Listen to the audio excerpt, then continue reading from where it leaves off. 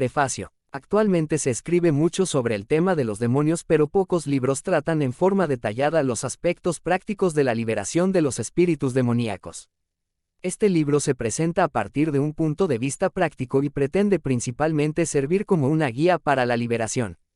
La Iglesia está cada vez más consciente de la necesidad de este ministerio que representa una faceta en la obra restauradora del Espíritu Santo para la Iglesia de nuestros días.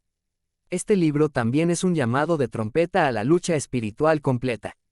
La Iglesia y el creyente individual deben superar el concepto de la liberación personal y pasar al de la batalla espiritual contra las potestades espirituales llamadas huestes de maldad en las regiones celestes, Efesios capítulo 6 versículo 12.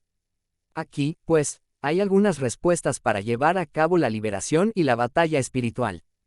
Agradezco, con profundo reconocimiento, la influencia que el Dr. Derek Prince ha tenido en mi ministerio.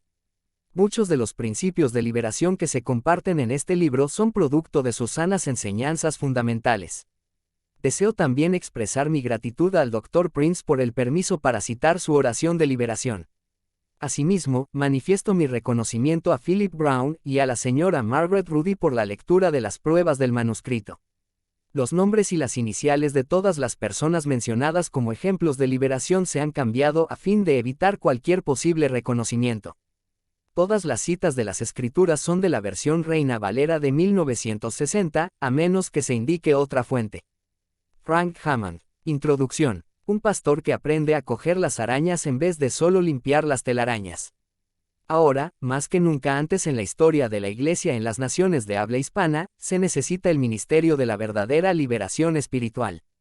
Se nos ha hablado hasta el cansancio de la teología de la liberación, cuyo objetivo es buscar la liberación social de la Iglesia en el tercer mundo destruyendo las clases sociales. Pero esta no es la liberación verdadera como la enseñó Jesucristo. Se necesita el ministerio del poder del Espíritu Santo para librarnos del dominio y de la manipulación satánica que durante siglos han reinado sobre la Iglesia. Como pastor misionero en Cali, Colombia, he invertido horas tras horas en consejo espiritual a miembros de nuestra Iglesia quienes no podían conseguir una verdadera liberación a través de la consejería, porque estos creyentes necesitaban más que el consejo sabio, más que la exhortación o que la imagen paterna de quien les diera el consejo y les diera orden a sus vidas, diciéndoles qué debían hacer. El discipulado individual no puede reemplazar al ministerio de la liberación espiritual. Hay personas que necesitan el poder del ministerio de liberación del Espíritu Santo, y no importa cuánto tiempo de consejería personal tuvieran conmigo si yo, como su pastor, no podía llegar hasta las raíces invisibles espirituales de su situación. No era suficiente repetirles cada vez lo que debían y no debían hacer, pues su necesidad primordial era ser libres por medio del ministerio de liberación del Señor Jesucristo. Un día, el Señor me mostró lo que realmente estaba haciendo con mis sesiones de consejería. Demostró que solo estaba barriendo telarañas que volvían a aparecer continuamente porque eran el fruto visible de un problema espiritual más profundo.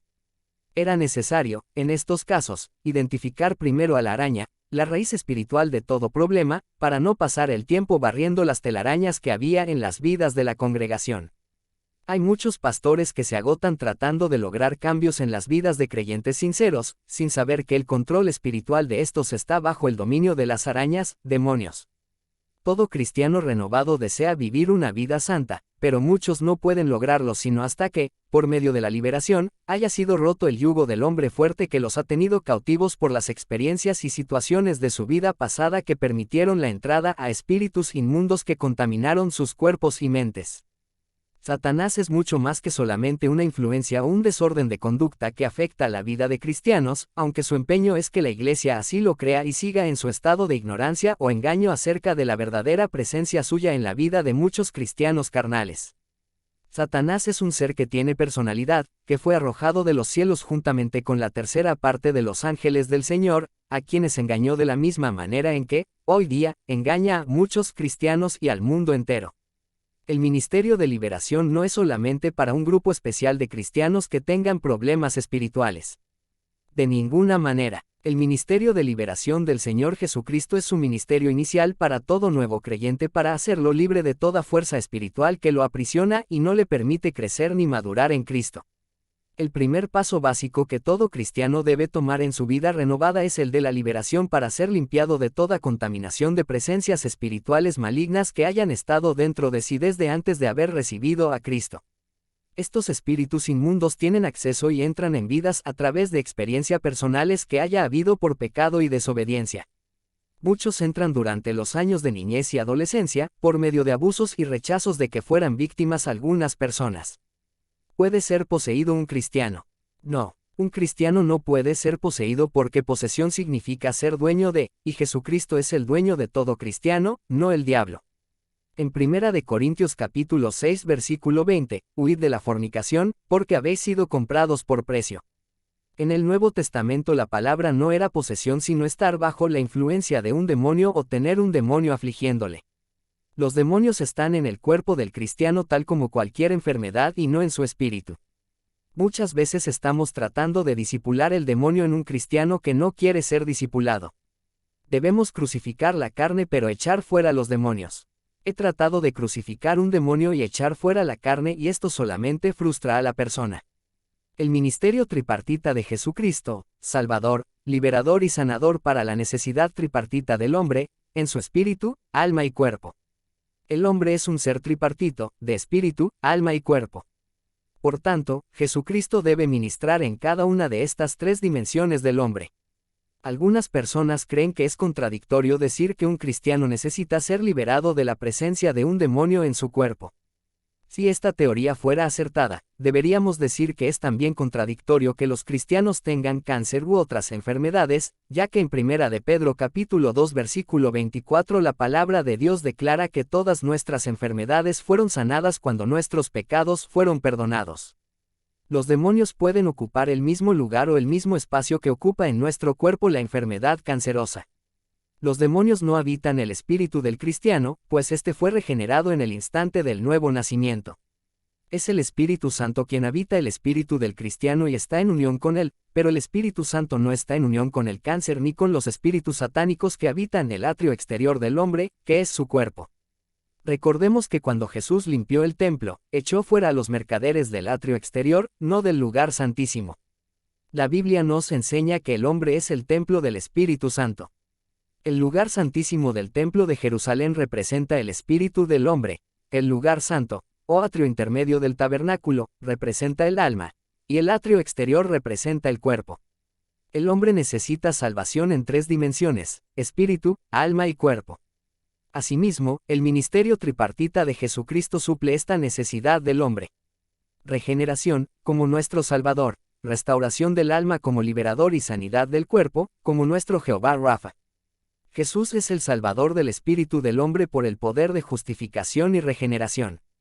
Al nacer de nuevo por medio del Espíritu Santo, aunque el cristiano recibe regeneración de su espíritu, muchas veces permanecen en su cuerpo desórdenes y enfermedades físicas. Jesucristo es el liberador del alma echando de allí demonios engañadores que residen en el cuerpo del cristiano y que obstaculizan y obstruyen el crecimiento espiritual del alma. Estos demonios impiden que el cristiano tenga control total sobre sus decisiones y pensamientos. En el alma están las funciones de la mente, las emociones y la voluntad del creyente y este es el campo de batalla de los demonios en la vida del cristiano. El Señor les reveló a los esposos Hammond que la esquizofrenia no es un desorden psicológico que se puede corregir con consejería o terapia. La esquizofrenia, según lo reveló el Señor, es más que una doble personalidad. Se trata de la existencia de dos personalidades distintas e individuales, una, la personalidad real y la otra, la personalidad de un demonio que se esconde detrás de la personalidad real, fingiendo serla. En este caso, la víctima es un prisionero en una guerra espiritual. El engaño consiste en que la víctima cree que esta segunda personalidad es realmente una parte de la suya y por lo tanto, nunca podrá ser verdaderamente libre sino hasta cuando el ministerio de liberación de Jesucristo pueda penetrar más allá de la telaraña de confusión y destruir a la araña. Por muchos años en mi ministerio de pastor, pasé largas horas limpiando telarañas por medio de lo que parecía ser consejo sabio y exhortación. Pero ahora, he aprendido que debo buscar y encontrar a la araña por medio del don de discernimiento de espíritus, y echarla fuera en la autoridad del nombre de Jesucristo, por el ministerio de liberación para que el Espíritu Santo pueda poner, realmente, en libertad a los cautivos. Pastor Randy McMillan, Iglesia Comunidad de Fe. Cali, Colombia.